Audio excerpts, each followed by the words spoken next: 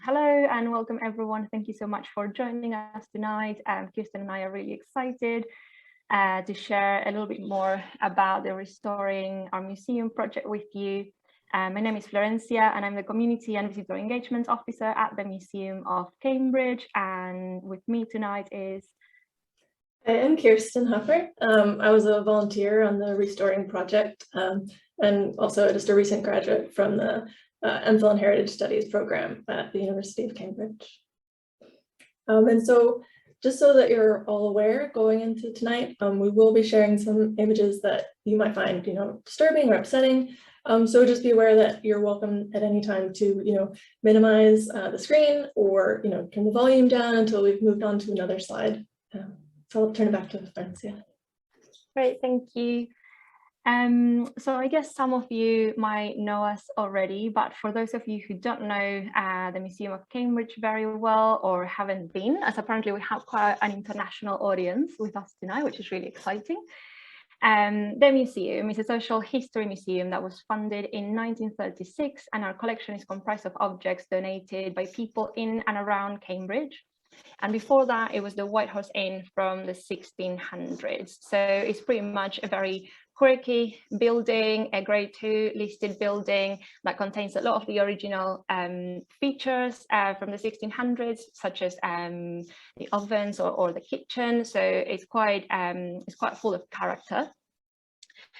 And a little bit about the project then and how it links into the work that we do at the museum. Restoring Our Museum was a pilot project, and by pilot we mostly mean that it was a bit of a trial because it was something that the museum hadn't done before, and so it was very much about experimenting and exploring the topic of colonialism as seen through the displays of the museum. Excuse me. And it ran from January to May 2021. So it was earlier this year, although it seems like it was a lot longer ago now. And those were still very challenging times for a lot of us. In the UK, we were still in a lockdown for much of the duration of this project, which presented some challenges that we're going to address later. But we still managed to fit in quite a good amount of work with the means that we had at hand at the time. And so Restoring, which is the way we call it for short, instead of saying the full name, Restoring looked at exploring the colonial legacies within the museum's collection. And there are a few reasons why the museum decided to do this. So one of the things is that we believed that as a local social history museum, we not only wanted, but we had to explore and highlight the colonial heritage that we thought was not embedded only in some of the more obvious objects that you might find in other museums, such as colonial war bounties, for example, but also in the mundane and everyday objects that the people of Cambridge used daily in their homes, or maybe saw or came across in their daily lives within the community. So part of the project then was about bringing attention to our collection as a valuable source to understanding Britain's colonial heritage from a different perspective, and contribute to the conversations around this topic that have proliferated in the museum and heritage sector during the last 2 years. And prior to that as well, so these conversations have been going on, but the last 2 years, it felt for us that because of the pandemic and the lockdowns, we had an unprecedented opportunity to network and share experiences. And this is a little bit also what this talk tonight is about. So during the past year, we had the chance to go on a lot of webinars and talks such as this one, meet up with colleagues and people who had tried this before, or who were perhaps better informed or had advice to give us, opinions to give as well about what we were about to embark on. So it has been particularly relevant during the past 2 years to address these kind of topics, but also social campaigns like Black Lives Matter, for example, show how these concerns have become increasingly a public issue. They were always there, but now they are more out there, if that makes sense, and there are more people engaging with them. And as a museum, as particularly as a social history museum, we cannot turn the blind eye to them. We have to also address them and engage with them in order to serve our present communities a lot better, and also do, maybe do justice is a big word, but sort of do justice to some of the objects that we have in our collections, and revise the context in which we display them. And finally, another reason that we decided we had to do this was because it was part of our effort to diversify our museum's narratives and include voices that might have been overlooked in the past by our curation. And when we say this, this is not to point a finger at anybody, any past curators or anything like that. It's just rather saying, oh, this is not sort of accurate anymore. This is not, it doesn't resonate with the present time anymore. So we need to revise it to keep on improving and adjournating our curation and our interpretation. So in this talk, what we really want to share with you is a small local museum's experience of decolonizing its collection, as well as sharing with you a few highlights of some of our most prominent objects relating to this topic. So there's going to be some pictures and labels to enjoy later.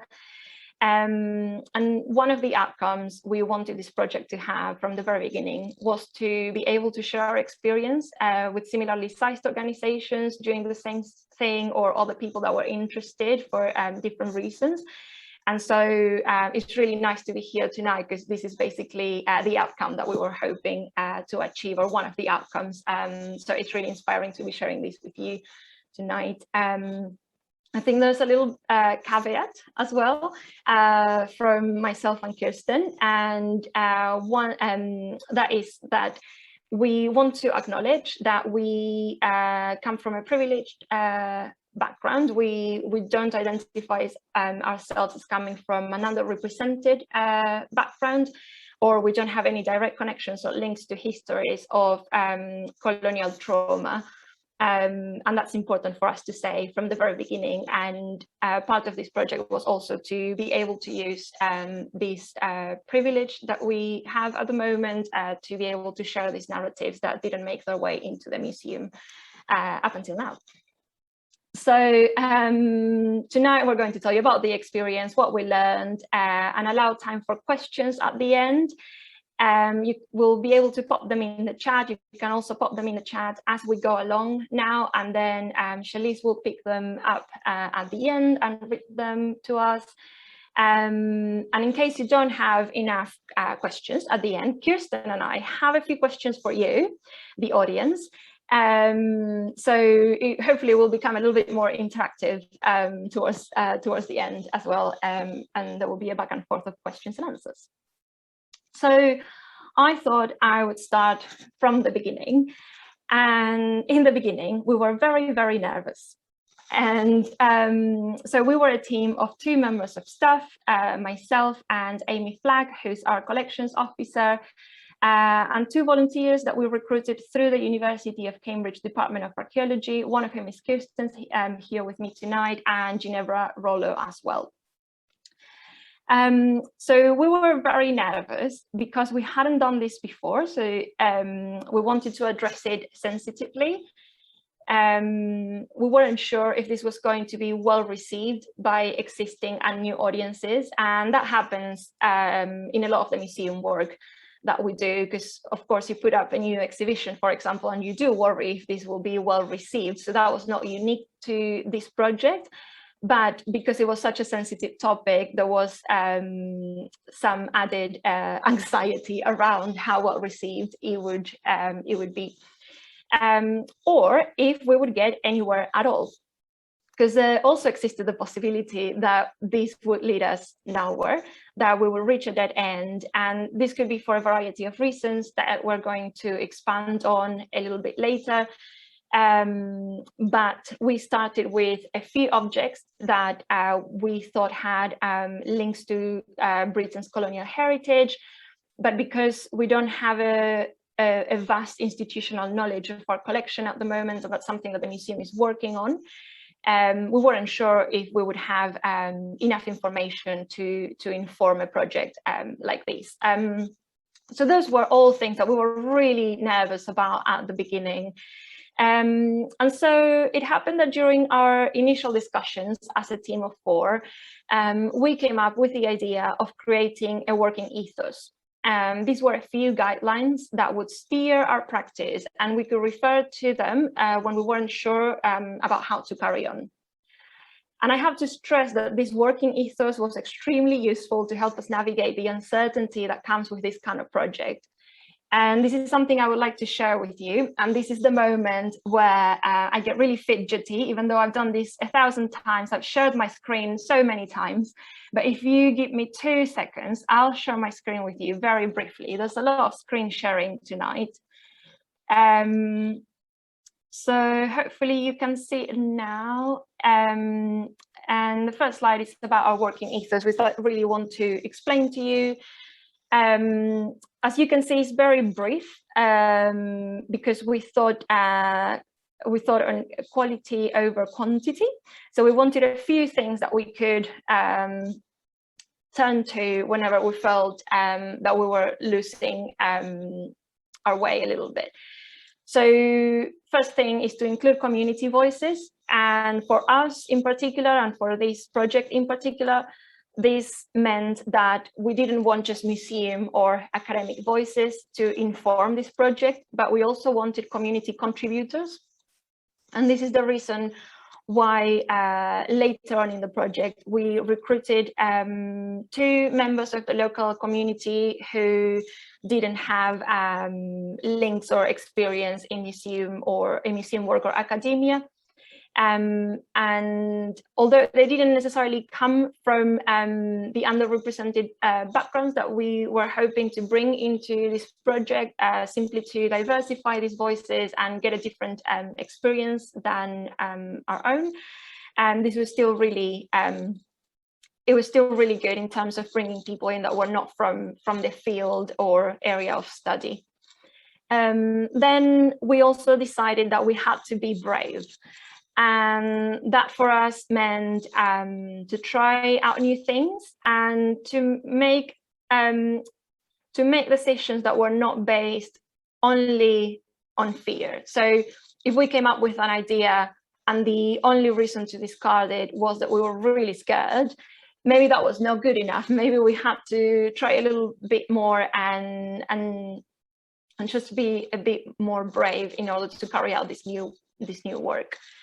We also thought that we had to be comfortable with the idea of the uncomfortable from the very beginning, and that for us meant that we had to accept that things might get a little bit thorny, and that is just part of the process. So a lot of the times we were worried about using the correct terms, which is something that we're still learning a lot from our colleagues and how the field evolves still.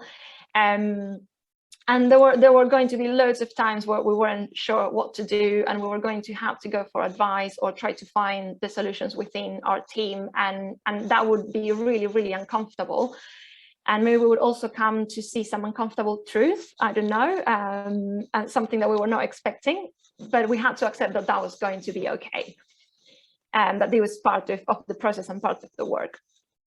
And then to be creative for us meant to think outside the box and use creativity to engage with the topic. And I would really like to stress this one because it could be overlooked how important creativity is in this kind of work. We did loads of creative tasks with our community contributors during the sessions when we were working together. Some of these tasks, for example, involved reinterpreting a label, perhaps using no words, or creating a label for a personal object and then using it to relate to an object in the museum. We did loads of different things, and there there was certainly a lot of creativity involved, which is always good as well, because it caters to different learning styles. So if you're engaging with people outside your working colleagues or volunteers that you don't know very well, then they have a range of options to engage with a difficult topic. And then finally, we were trying not to cause further damage. So always try to interrogate the possible consequences of sharing your work and sharing the information that you come across, because these histories are difficult enough already. And so the idea of this work is not to create any further harm that it's already been caused. And I'm going to stop sharing. If you give me 2 seconds to go back to my screen. There we go. So apart from the working ethos really helped us navigate some of the challenges, and some other challenges that we faced were the lack of time and appropriate resources available to carry out research on more than one object.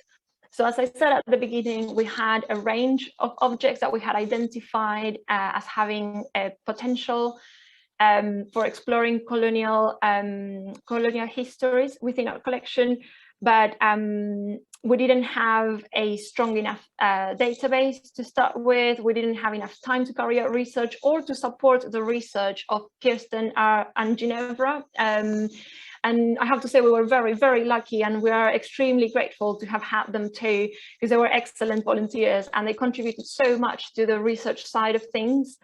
It would have been quite difficult for myself and my colleague Amy to carry out quality research on the topic. But because of this, we decided to focus on just one object, which is the Tobacconist Sign. Yes, and Kirsten is going to talk a little bit more about it right now. I think that was the cue and I missed it. But yeah, Kirsten, over to you. Okay, just 1 second. Let me share my screen.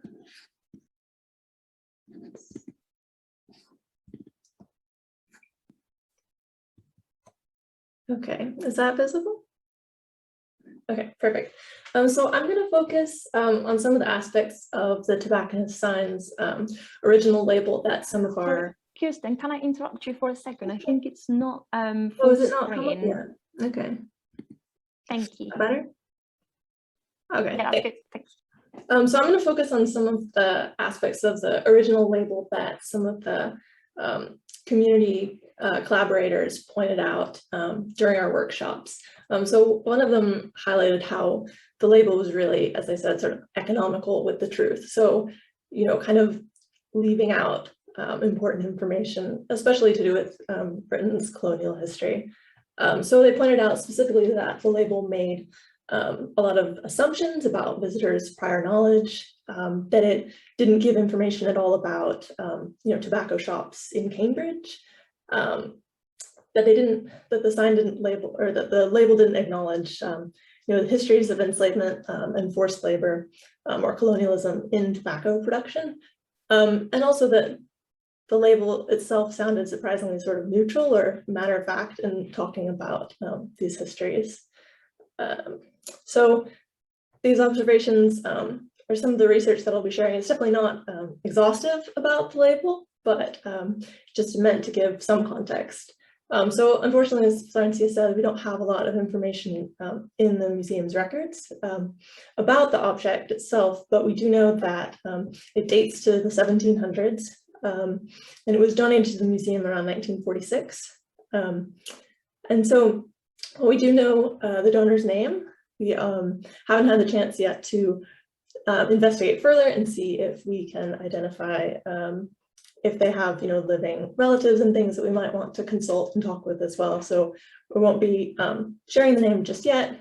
But one of the things that we did find in our research is that the donor seems to have, you know, lived locally and been involved also in donating art to other museums. So it seems like they may have had, you know, some wealth, and that's something that in, you know, future research could be worth investigating, you know, sources of that wealth as something that comes up oftentimes in this kind of sort of colonial research. So that also, we do know that the sign would have originally hung outside of a tobacco shop. So a place selling both tobacco and other things that you may have seen in the museum's collections, like pipes, or also matches and things like that. And it's been on display in the guest room upstairs. So this is just the original display, so it doesn't show some of the new labeling in this picture. And then it would have been donated by someone who felt that the sign had relevance to local history and heritage. So it's definitely a type of sign that would have been familiar to people, English people in the 1700s. They would have, shopkeepers would have signs like this to sort of advertise their trades. So it would be featuring imagery that people would have been familiar with at the time. So of course, the advantage of signs like this for businesses is that, you know, it features imagery that would have been recognizable whether or not the viewers could read them or not. So it's an interesting, looking at signs like this as something that's maybe a bit more like widely accessible than, say, portraiture or like written works during that time frame. So something that everyone could have seen, you know, passing by on the street. And so at that time in the 1700s, it would have been, this product would have been pretty new, you know, in the streets of England, but it's certainly something that had been used for thousands of years by Indigenous peoples in the Americas. And so one Indigenous scholar who's actually done a lot of research on Indigenous tobacco use, especially in North America, is Dr. Tonio Sadiq of the Chippewas of the Thames First Nation. And something that he points out, you know, early on in his research is that a lot of the histories of, you know, tobacco usage is dominated sort of by European usage and like Euro-American usage. And so that was something in the display that we wanted to sort of address or counter, is also bringing in perspectives or uses from Indigenous American cultures, even if during the project, being such a short time scale, we didn't have the opportunity to like, directly engage with some of those scholars and communities. Let's see, oops. Oh, there we go. So Sadiq identifies some common uses of tobacco in these Indigenous American cultures, especially focusing on North America. So he identifies that often it was used for spiritual purposes, so it could have been used in prayers or ceremonies, also used as medicine, so treating a whole wide range of different illnesses. Could have been used for gifts, and then also more as ordinary sort of smoking tobacco that we might be familiar with. So these uses definitely varied a lot by different tribes, but broadly tobacco is kind of held to be sacred and is still held to be sacred in many Indigenous American communities. And for those of you who are interested in learning more about that, we did include in our resource library links to some of those sort of Indigenous perspectives and articles so that you could learn more. So one thing Sadiq emphasizes is that, of course, it was, you know, Indigenous peoples who introduced European colonizers to tobacco in the 1400s. And after learning how to grow tobacco from them and basically, you know, appropriating sort of a sacred item as a more commercial product, started growing it more widely. So in the 1600s. And then subsequently, of course, a lot of wealthy planters did, you know, begin exploiting slave labor in the Americas. And so through that, tobacco became a key colonial product, and Virginia tobacco especially really came to dominate the market in England. So that's why we kind of focus on that here specifically. And so the sign itself shows massive barrels like the ones in the middle that would have been used to actually ship the tobacco from the Americas to Europe. And so we do have historical illustrations that also show how the sort of outside of the tobacco shops would often feature images of indigenous or enslaved Africans, while inside you'd see pictures of like white men smoking pipes. So by the early 1600s, English people had come to associate this kind of imagery with tobacco and tobacco shops. And in the 1700s, there were London tobacconist signs and ads that showed what they described as, quote, a black Indian. And so often this figure had sort of a crown and clothes that were made of tobacco leaves, but they were often arranged to look like sort of a stereotypical indigenous American attire, I guess you might say. And so this sort of stereotyped hybrid imagery, some places called it, became quite common. And this could be sort of puzzling, and it was to me at first, but apparently historically, the term Black was sometimes used to refer both to Indigenous American and African peoples. So because both groups were considered by Europeans to be, like, quote, inferior, and were both enslaved. So they were kind of sort of considered a hybrid in this way, sometimes in imagery. And so both groups came to be associated with tobacco production because of the sort of New World origins of tobacco and its production. And so that sort of, those origins would in turn influence how Europeans would tend to market tobacco. So suggesting that it was, quote, exotic because of those New World connections. So signs like this certainly didn't acknowledge, the colonial plantations were reliant on slave labor, and sometimes they also kind of suggested that, in fact, tobacco trade more involved sort of these legitimate exchanges with African rulers. So the signs could be quite misleading. And also, like in this sign, it certainly doesn't acknowledge the labor of African women who would have been enslaved and also compelled to be involved in tobacco production too.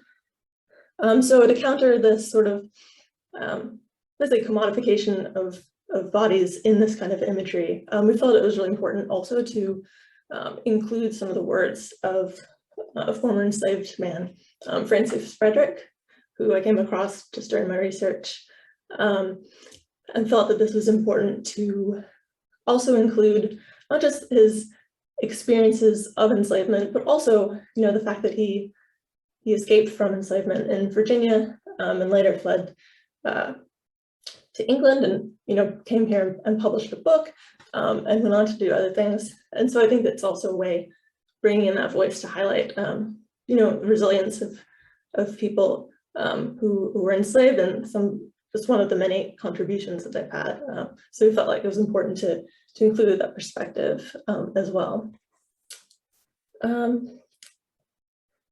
So by now you're probably wondering a bit also about the figure at the right, and the museum's original label described this, as you might have seen earlier, as a Turkish man.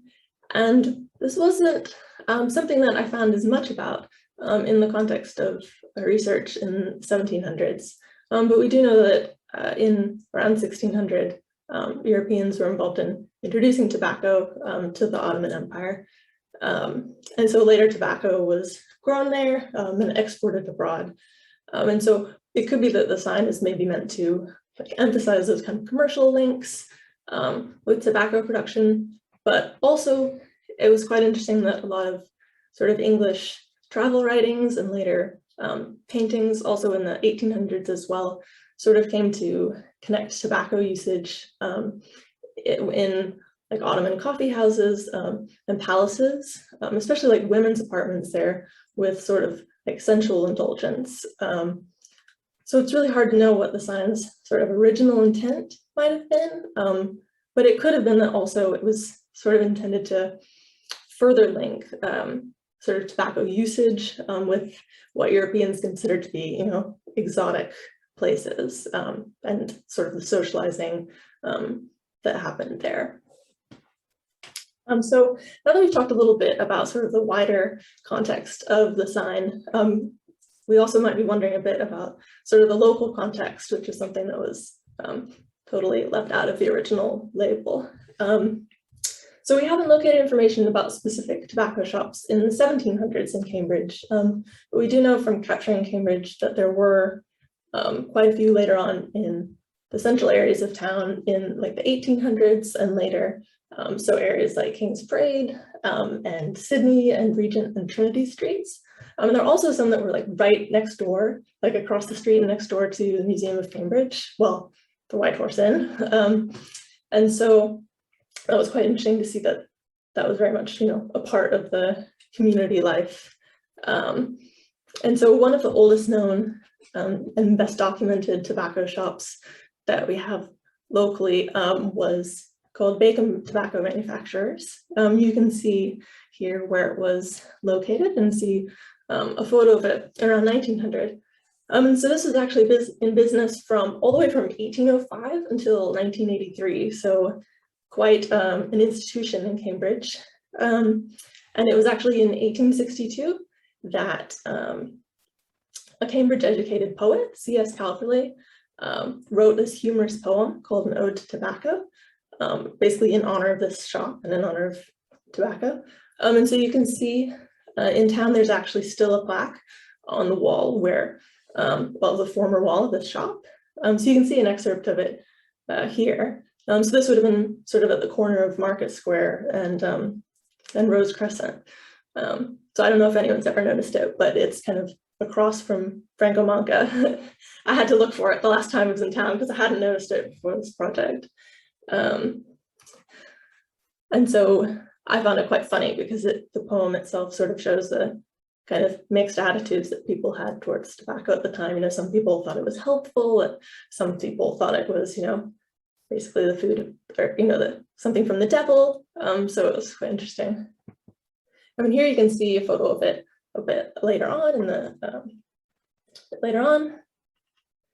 and then there's also, I thought this was a nice other photo of another later tobacco shop. And so you can see, it's a bit hard to see, I couldn't get a larger photo, but you can see kind of where it says Tobacconist under the arrow. You don't see the same kind of imagery that we have in the sign in the museum's collection. So this was obviously quite a bit later. So it's interesting to see that by that time, at least, there's not the same sort of prominent sort of racialized imagery that we see in the museum sign. So I hope that that gives you sort of a brief overview kind of the broader historical context, but also some of the local context. And I think that what I found really interesting about this project is that it gives opportunity even with a sort of everyday item, like Florencia was saying before, to connect both to sort of broader legacies of colonialism, but also show ways that you can bring in, other types of knowledge and other, indigenous perspectives and different community perspectives and voices into the collections and into interpretation. And also do that in a way that you can not just, acknowledge the sign's sort of darker history, but also, connect to some of the, voices and perspectives of people at the time as well. So I'll go ahead and stop sharing my screen and just talk a little bit more just about my experiences personally with the project. So for me, it was really exciting just to have the opportunity to kind of connect and engage with other people in the community and, learn from and hear from them, because you get so many, just so many different, perspectives and insights, even after you've just, had your nose in a book for a while reading about it. It's really different hearing, from other people's more local knowledge and experiences as well. And I found it really valuable just since we were such a small group, maybe smaller than we'd originally hoped, but it gave us the chance to kind of take part alongside the community collaborators in some of the workshops. And I found that, especially during lockdown, to be just a really good way to connect with other people. And I imagine, like for many people, lockdown was sort of a really uncertain time for me. And so it really did mean a lot to be able to kind of meet both with our team, but also with members of the community sort of repeatedly. So I really enjoyed that. And that kind of I feel like that helped me see how museum sort of engagement projects can like really contribute to like well-being and help you connect with other people in the community, because I feel like I'd heard about that as sort of an idea before, but it was really different actually experiencing it, especially during a time like lockdown. And also I really liked hearing from people's sort of different creative approaches to reinterpreting the label. I found that to be really valuable, especially with an object like this, where there's a lot that maybe we would never know about the object and about the people who might have been connected with the object. And so I found, like Florencia was saying, the sort of creative approaches were really interesting to sort of think and reflect on some of those voices that we can't know for sure, or the experiences we can't know for sure, but we can consider and imagine. So I found the sort of creativity to be really valuable, and informed my thinking about the sort of historical topic. And I think also the project did highlight for me just some issues around sort of like representation and relevance. So I think I first visited the museum actually after I'd heard about this project as something that they were looking for people to be involved in. And so I visited the museum to kind of see what was in the collection and what were some of the things that they might be considering they needed to be reinterpreted. And it was kind of striking that this was one of the objects that stood out as actually like representing someone from a community of color, and that I didn't particularly notice many other objects like that in the collection. And I guess I learned afterwards that the museum's collections, do end in the 1900s. So a bit, before Cambridge is maybe as diverse as we know it to be today. And I've also since learned that the museum doesn't have further storage to, collect new objects. And so I think that it raises interesting questions about how the museum can find other ways besides collecting at the moment to sort of bring in more diverse voices and perspectives into the collection through, whether that's through reinterpretation or through like temporary exhibits and things. So I just found the process of being involved in the project really valuable to sort of think through that and think through some of those issues. So I really appreciated the chance to get to be involved and think alongside other people who are doing this sort of thing for the first time. So yeah, that's a bit about my experience. So I'll turn it back over to you, Florencia. Thank you so much. That was great. Thank you so much, Kirsten. So we wanted to finish the talk by showing you a few of the other objects that we had sort of shortlisted for research for this project initially, and we ended up discarding because of lack of time, essentially. But especially for those of you who haven't been to the museum before, perhaps, or who haven't considered these objects in this light, this might come as really interesting and revelatory as well. So I'm going to fiddle a little bit. If you give me 2 seconds, I'm going to share my screen again with you. So hopefully you can see my screen. Okay, so these are just some of the other objects we had shortlisted as everyday objects that had a link to colonialism. So you have here an Eubank Empire carpet sweeper, and you can see on the label, which is still currently on display, that this is to commemorate Empire Day, which was celebrated on the 24th of May, and it was called like that up until 1950s, when then it was renamed as the British Commonwealth Day. And as I said, we don't have a very clear record on these or any of the other objects that I'm going to show you, and we haven't had the time or the resources to carry out any extensive research.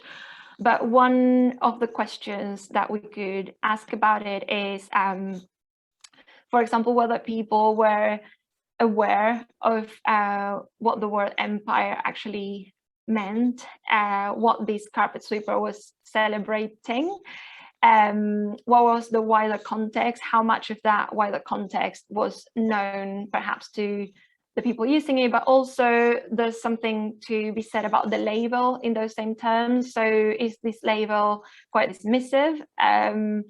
Is there more to be said about Empire Day and why it was celebrated, and whether it was a celebration for the people who were sort of on the other side of that empire and of that celebration? And it's just also a really clear example of how colonial heritage did manage, and probably still does manage, to infiltrate everyday life. And it's just really good to highlight those connections that are so easily overlooked when talking about local social history sometimes. Also, as we were talking before about museums engaging with current social issues, for me, this is also about sort of companies and how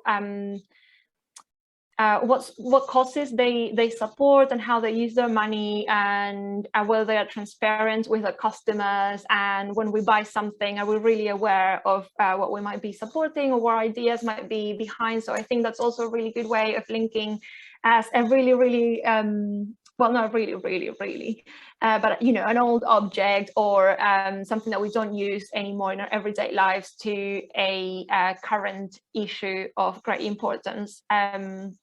So again, sort of highlighting the value of this collection to do this type of work.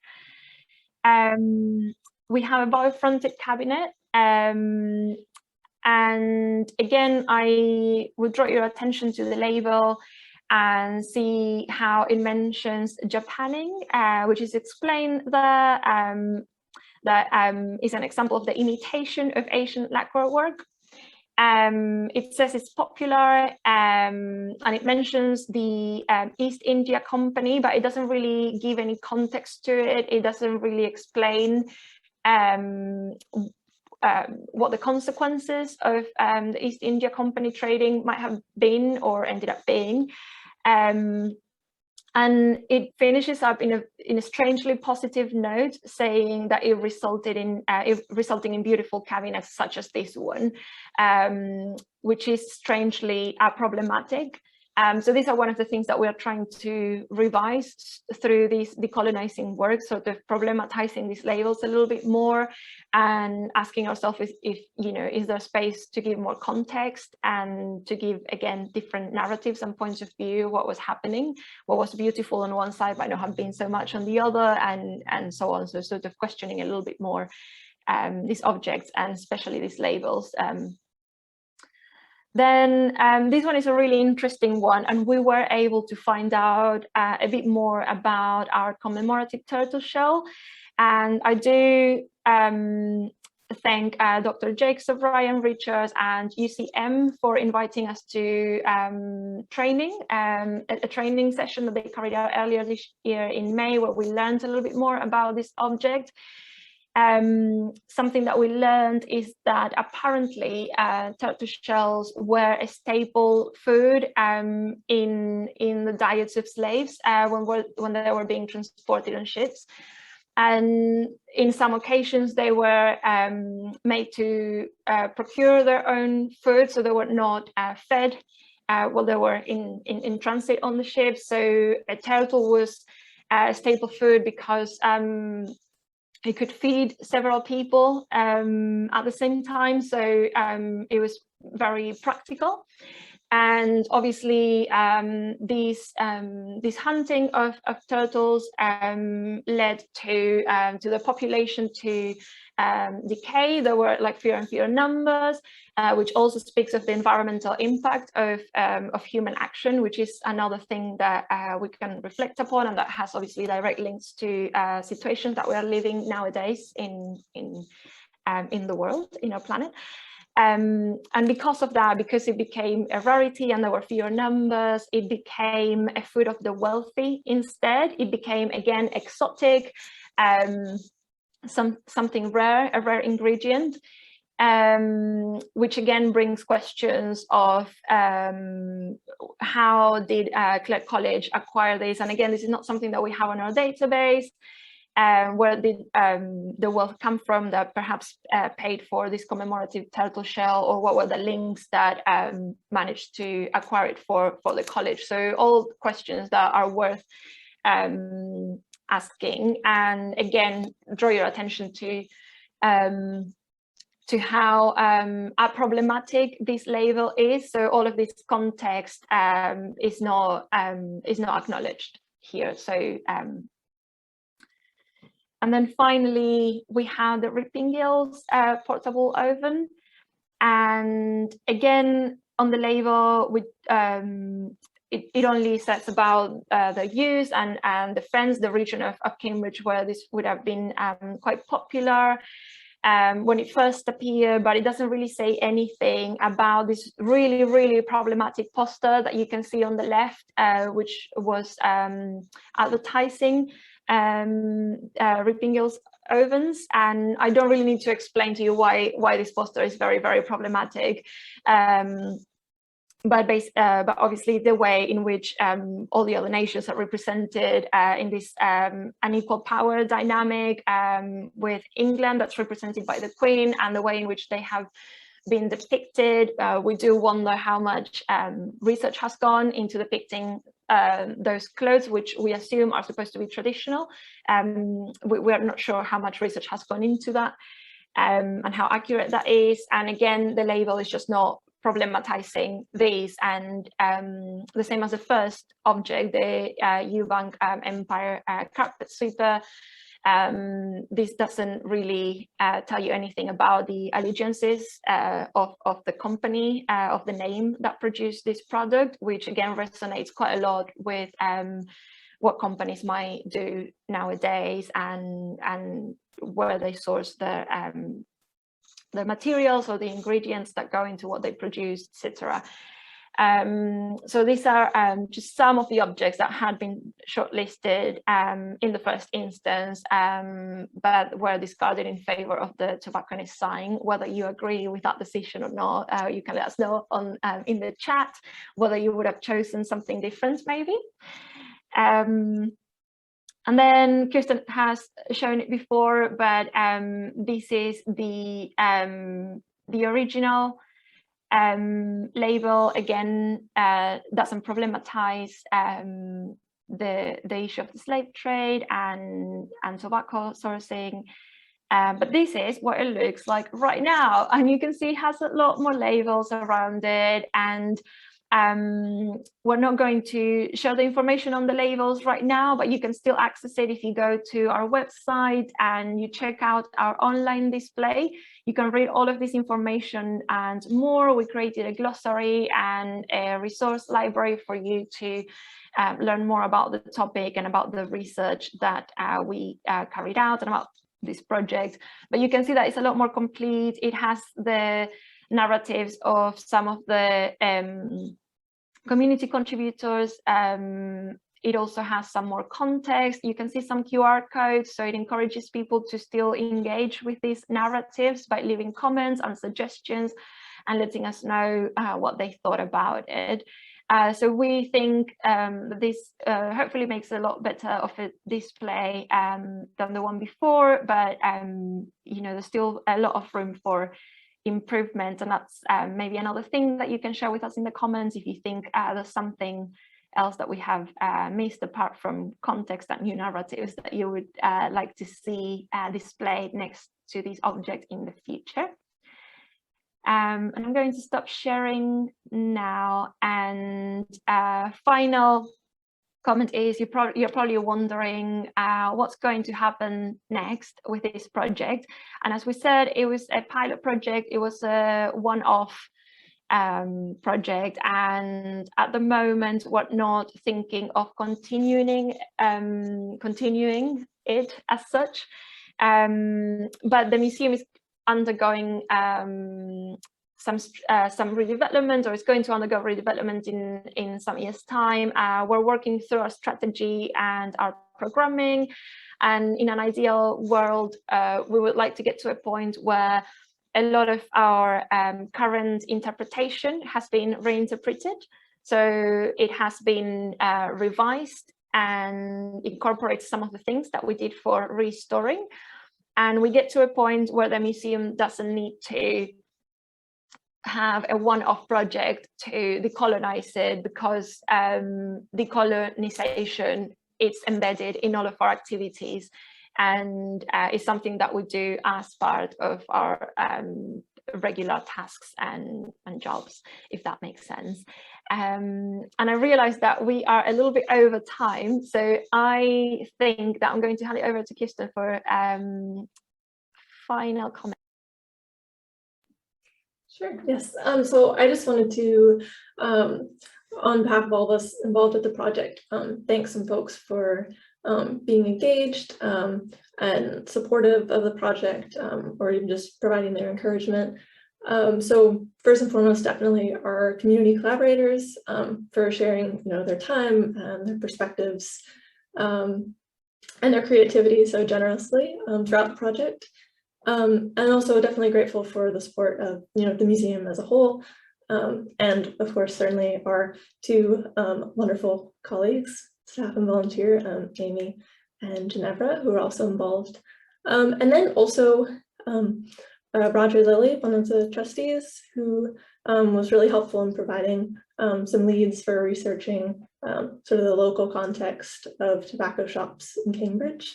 And then also, we really appreciated just sort of the interest and encouragement from Dr. Danica Parikh and Dr. Victoria Avery of the University of Cambridge Museums when we were sort of getting the project off the ground. And then, of course, we're also really grateful for, different colleagues and people in the museum sector more broadly who have, done projects before us and who've had talks like this that we've been, lucky to be able to listen in on and learn from. So just some of the many people that we're really appreciative for in the project.